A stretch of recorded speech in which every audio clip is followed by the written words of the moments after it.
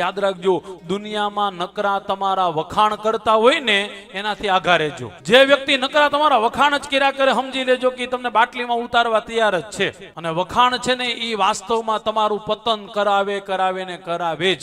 યુવાનોને જો સુખી થવું હોય તો બહુ કોક વખાણ કરે ને એનાથી આઘા વયા જાઓ. તમને હોતે કહું, કાલે કોક તમારા વખાણ કરે, પારસનગર વાળા જેવું કોઈ નહીં, એટલે ત્યાંથી વયા જાઓ.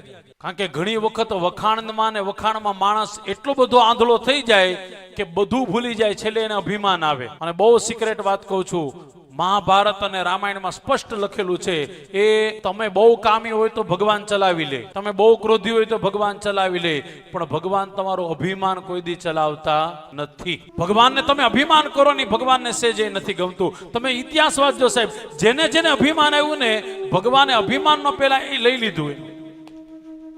રાવણને અભિમાન આવ્યું, કંસને આવ્યું, દુર્યોધનને આવ્યું, આવી રીતના આખું લિસ્ટ છે આપણી પાસે. શિશુપાલને આવ્યું, દંતવક્ત્રને આવ્યું, ભૌમાસુરને આવ્યું, અરે પૂતનાને આવ્યું, લંકિનીને આવ્યું. આમાં રામાયણમાં કથા છે. જેને જેને અભિમાન આવ્યું, ભગવાને સૌથી પહેલા શું લઈ લીધું? અભિમાન. એ માણસને જ ગુજરાવી દીધો. મહેરબાની કરીને યાદ રાખજો, તમે કામી હશો તો ભગવાનને ગમશે, ક્રોધી હશો, અરે લોભી હશે તોય ભગવાનને ગમશે, પણ અભિમાન ભગવાન કોઈનું ચલાવતા નથી.